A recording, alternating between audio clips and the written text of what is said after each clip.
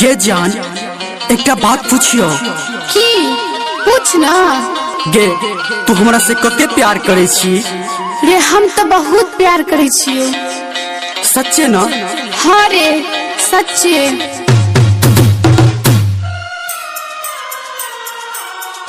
माँ Gayatri recording studio studio studio studio. अभी आप सुन रहे हैं बिट्टू मैरवा, बिट्टू मैरवा, बिट्टू मैरवा।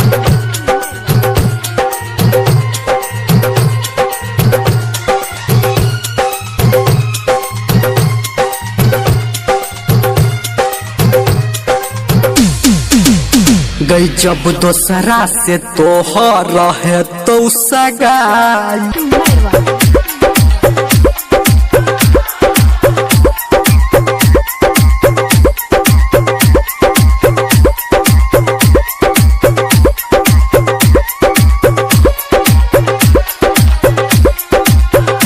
अभी आप सुन रहे हैं सावरिया म्यूजिक।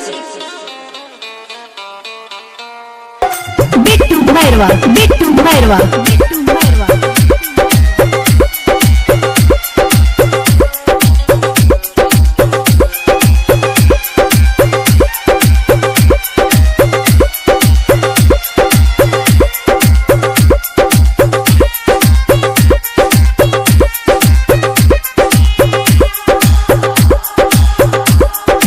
अभी आप सुन रहे हैं मैथिली धूम की प्रस्तुति।